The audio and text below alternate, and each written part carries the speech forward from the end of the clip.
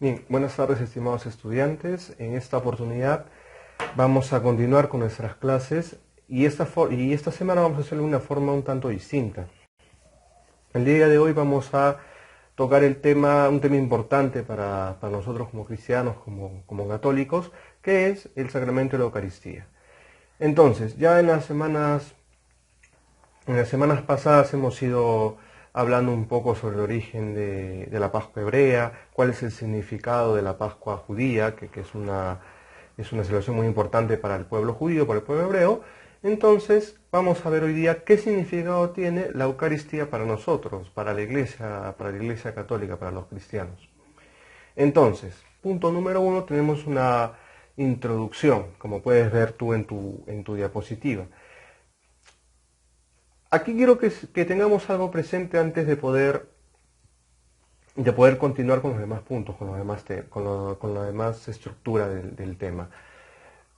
La Eucaristía es un sacramento, obviamente, uno de los 7 sacramentos que ha instaurado la Iglesia, pero es el sacramento culmen, es el sacramento que denota la vida del cristiano, en el cual el cristianismo, el amor de Dios al hombre, se ve plasmado a través del cuerpo y la sangre de Jesucristo, que se ha entregado por nosotros a través de la cruz, como ya hemos visto, hemos podido ver estas semanas que hemos estado celebrando la Semana Santa y la Pascua de Resurrección. Entonces, pero para poder entender nosotros en qué consiste la Eucaristía, no podremos saberlo en su totalidad si es que antes no hemos ido a las fuentes, no hemos ido al inicio, al origen, al génesis de este sacramento. ¿Y a dónde se remonta la Eucaristía para los cristianos? A los primeros siglos, donde se instaura la Eucaristía por Jesucristo, obviamente, y también unos años después se instaura la Iglesia como institución, la Iglesia como un ente, por así decirlo.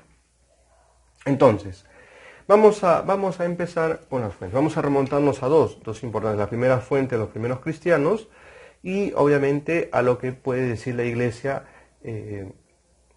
con ayuda del catecismo, lo que puede decir la Iglesia en base a lo que se plasma en el catecismo de la Iglesia Católica, que es un documento fidedigno, es un documento veraz en el cual nosotros podemos y podremos apoyarnos. Entonces, ¿qué es la Eucaristía? La Eucaristía, según lo define, por así decirlo, o lo dice el catecismo, es una fuente y culmen, como ya lo he mencionado hace un momento, de la vida del cristiano, del hombre que necesita este sacramento para poder conmemorar que Cristo ha muerto por nosotros y nos ha entregado su cuerpo y su sangre y se hace uno solo con nosotros. Entonces, obviamente que los otros 6 sacramentos tienen una importancia muy relevante, pero la Eucaristía es la acción, el sacramento primordial para el cristiano. Eso tiene que quedar claro para todos nosotros. Entonces, ¿cómo podemos definir o cómo podemos denominarlo? A través de distintos nombres que van a englobar en este caso, un solo término que vendrá a ser la Eucaristía. 4. Vamos a ver hoy día, en esta oportunidad, vamos a ver 4. La primera, que es denominada la Eucaristía como una acción de gracias a Dios del hombre. O sea, el hombre es una acción de gracias a Dios a través de la celebración eucarística, ¿no?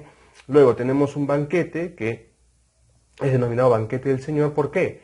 Porque en la primera y en la última cena antes de la muerte de Jesucristo, Jesucristo es allí donde instaura la Eucaristía y sus demás apóstoles siguen ese ejemplo hasta lo que conocemos actualmente, la celebración de la misa, de la Eucaristía y todo lo demás. Entonces, ¿por qué es considerado un banquete? Obviamente porque es Jesucristo que nos ofrece el pan, ¿no? En este caso el pan y el vino, que luego estas especies se transforman en cuerpo y sangre de Jesucristo, ¿no? Por eso es denominado también un banquete del Señor, porque nosotros somos partícipes también de este banquete al momento de recibir la comunión. Luego, tenemos como tercer punto la fracción del pan, que es un momento importante, ¿no? Los evangelios, por ejemplo, hemos escuchado en estas semanas, en estos días, el evangelio donde se relata el encuentro de Jesucristo ya resucitado con los discípulos de Emaús. En ello, cómo ellos se dan cuenta de que es realmente Jesucristo el resucitado, al momento en que Jesucristo parte el pan y se lo entrega a ellos, se dona a ellos. Entonces, en la fracción del pan está presente también la Eucaristía, obviamente que sí, es el momento más importante de la Eucaristía, la fracción del pan, donde Cristo se parte, el cuerpo de Cristo se parte para ser entregado a nosotros que somos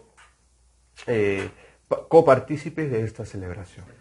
Y por último tenemos la denominación de una asamblea eucarística, porque una Eucaristía obviamente no se celebra, no lo preside y está solamente el celebrante, sino que también, como dije hace un momento, participa el pueblo de Dios que vendríamos a ser nosotros. Es por eso que se denomina también una asamblea eucarística, asamblea, ¿no? Bien, para poder ya ir determinando esta denominación de la Eucaristía y cómo se va instaurando en los primeros siglos, es importante que toquemos a un santo, que en este caso que también fue mártir, fue perseguido por los romanos y así como lo fueron también otros cristianos. Estamos hablando de San Justino, como tú bien puedes observar en la diapositiva. San Justino fue un santo, un mártir de los primeros siglos del cristianismo en la historia de la Iglesia, y él se caracterizó, a diferencia de otros cristianos, de otros apóstoles, él se caracterizó por defender la celebración, y no solamente la celebración, sino también a los mismos cristianos, a través de diversas apologías, que quiere decir que es una apología, es una defensa que yo realizo. Yo quiero realizar una defensa a alguien, realizo una apología.